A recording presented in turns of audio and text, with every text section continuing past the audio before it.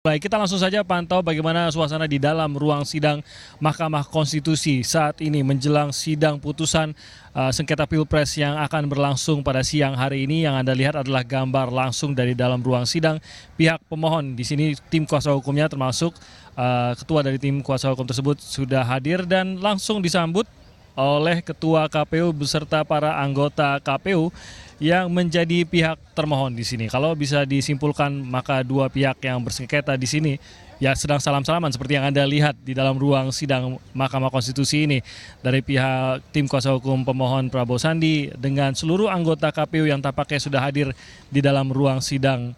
Dan itu bahkan sebelum sidang berakhir ini mungkin sebuah keakraban yang sempat kita lihat juga pada saat sidang terakhir sebelum sidang putusan dilangsungkan pada hari ini.